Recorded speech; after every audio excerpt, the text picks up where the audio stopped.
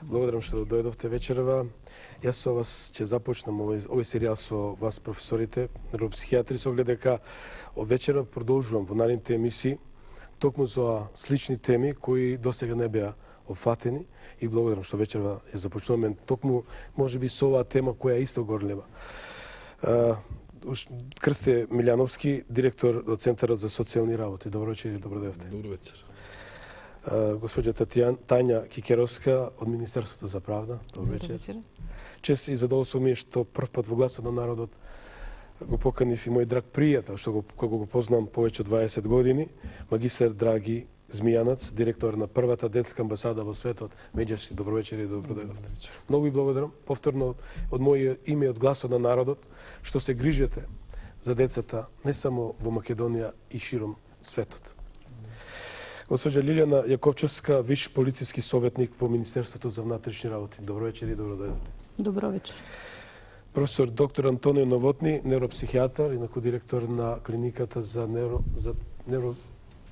психијатрија. Ви честитам нов втор мандат, така добивте пред неколку дена вие. Благодарам, тоа е само работа. Да.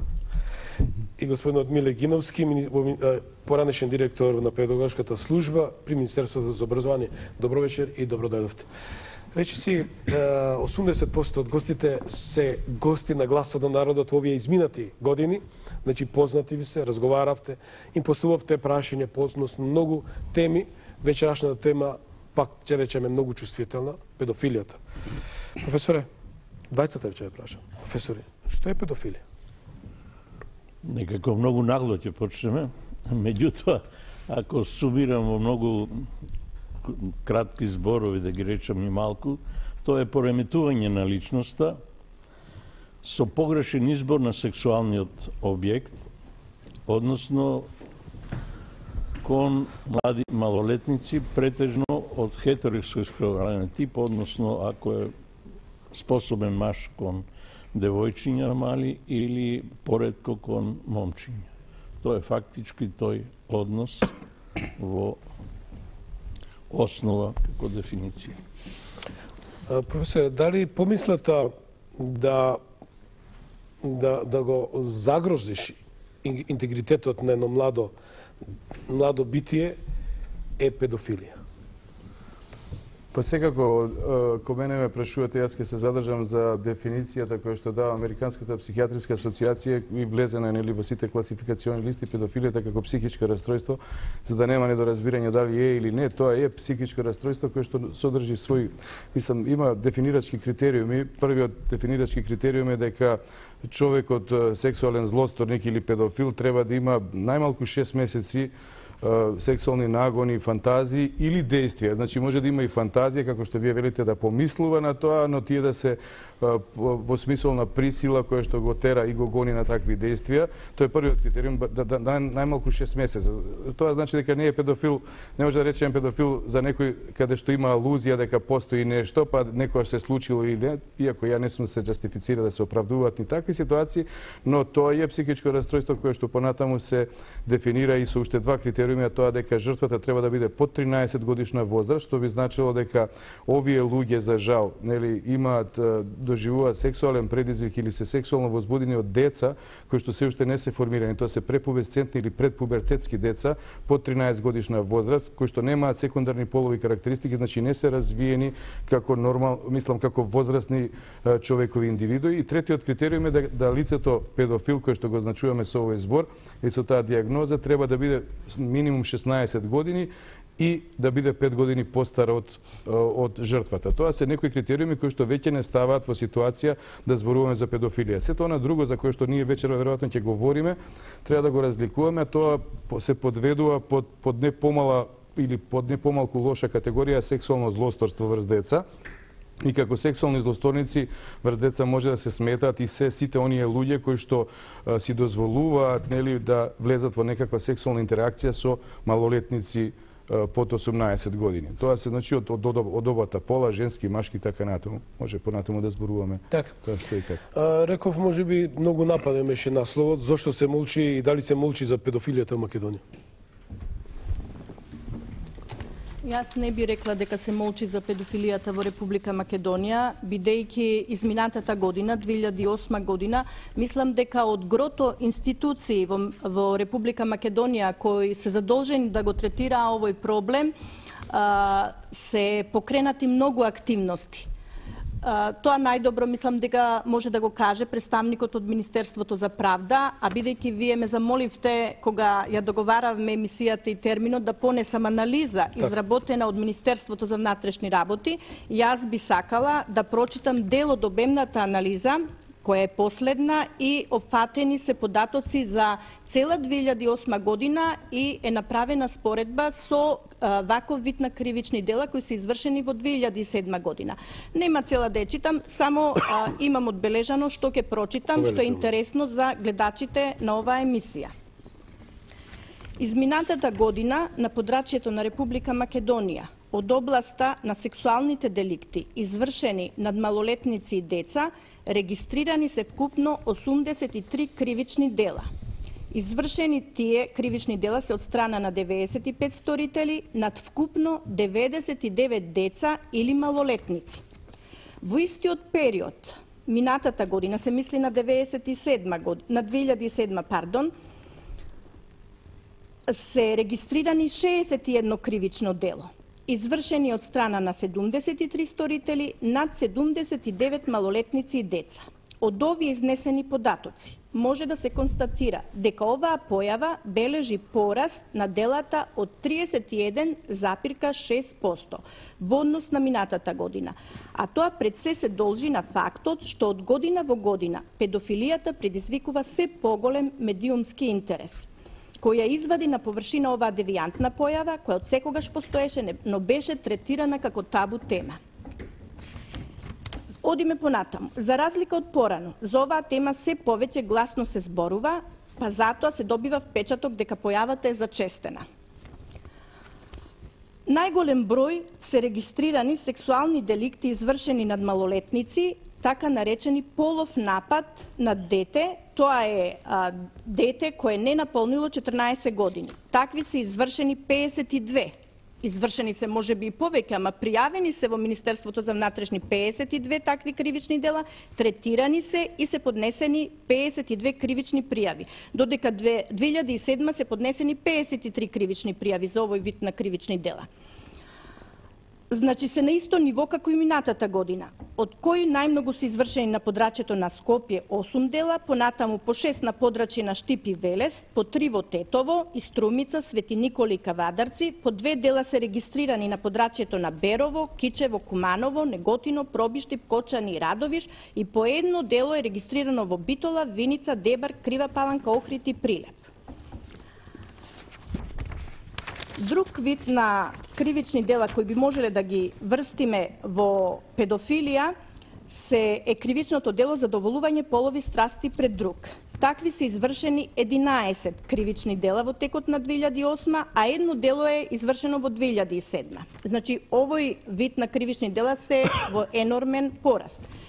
Регистрирани се и 9 дела подведување и овозможување на полови дејствија, а 4 се во 2007. 3 дела имаме на родосквернавење, а едно е во 2007. Од овие 3 дела се извршени на подрачје на Скопје, 2 и едно во Велес. И за едното е изречена казна затвор во трајање од 15 години. Тоа е за случајот од Велес, каде што имаме родосквернавење, таткото извршил полови дејства над неговата 12 годишна ќерка и незината другарка, кои двете се со пречки во развојот. Понатаму бисме дискутирале за оваа категорија на деца. 3 дела се извршени прикажување порнографски материјал на дете, а 2 се во 2007. 3 дела имаме посредување во вршење проституција, а во 2007 немаме пријавено такво кривично дело, и 2 дела се пријавени облјуба со злоупотреба на положбата, а такво дело не е пријавено во 2007 година. Така. Првата амбасада за деца во светот меѓаши, реков дека за повеќе проекти и е позната во Македонија. Јас вечер ќе се сконцентрирам на оваа вечерашна тема. Сам Змијанац, кои се вашите активности и како реагирате на ваквите случаи? Денеска имав баш обука со судиите и јавни обвинители во академијата и ми рекоа дека сме препознаети од нивна страна како организација која многу силно го разбрани, би рекол, сето ова. И јас им реков, добро, да не се случеше така, зар ке замислевме ние 15 години да биде минимална казна. Не само за случаја со двете деца на 12 годишна возраст, родоскрнавање од Велесто, кои со педофилот Јове Костадиновски, кој по трет пат го има повторено делото. Навистина се залагаме за минимални казни да бидат барем 15 години со доживотна казна, посебно за потешки кривични дела. Се вжештуваме кога ќе дознаеме дека за една недела 4 деца се жртви на педофили и сексуална злоупотреба. Реагиравме за случајот со Ново село со 16 годишното девојче кој не можеме да замислиме како е можно до 9 месец да стигна во тој интерната, да не можат воспитувачите да откријат дека девојчето е бремено. Имаме дојава се уште анонимна од страна на за случај за едно дете од Струшко, 9 годишно, од нејзин поблизок роднина, кој се уште не е откриен, е пријавен во Министерството за внатрешни работи и го следиме од нашата СОС служба и бесплатна правна служба. Случај со 12 годишното девојче кој беше силувано во Охрид и 9 годишното дете во Гевгелија кое посред ден беше киднапирано и силувано од педофилот во Гевгелија. Како може да не реагираме кога и минатата година имавме серија на силување јатаци врз деца и не само што реагиравме, туку баравме одговорност, како што беше случај со 11 октомври кога не можевме да веруваме дека 23 дена да бидат двајца штитеници одсутни, од кои едниот на најсвиреп начин силуван, да не поднесе одговорност. Директорката на тоа училиште, за среќа, реков, санкциите реагираше Министерството за правда и ги покачија сите овие казни и за родоскрнавање, и за подведување, трговија со деца, и за злоупотреба на службена должност, каде што наставници, лекари, луѓе кои работат во непосреден контакт со деца, казните се заострени. Но, пак ќе кажам, имавме на денешното предавање имав прашање, вели па еве казните се зголемија, а се уште има педофили. Да, но овие дела се сторени во минатото.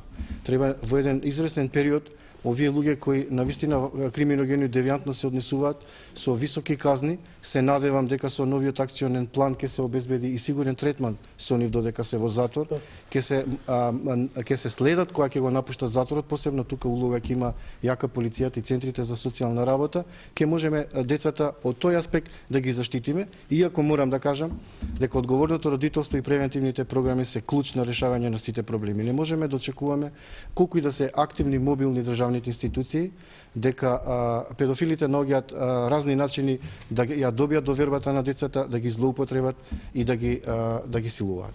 Че говориме со професорите токму на од медицински аспект, но уште едно прашање делот на правдата. Што се предзема за сузбивање на овој криминал кој се повеќе зима експанзија? Зголемениот број на пријавени случаеви, како што кажа колечката од Министерството за внатрешни работи, за околу 30% повеќе, бруталниот начин на нивното извршување, медиумската покриеност, исто така и профилот на жртвите, особено намалувањето на возраста на жртвите на овие кривични дела, беше причина повеќе и за реакција на Министерството за правда.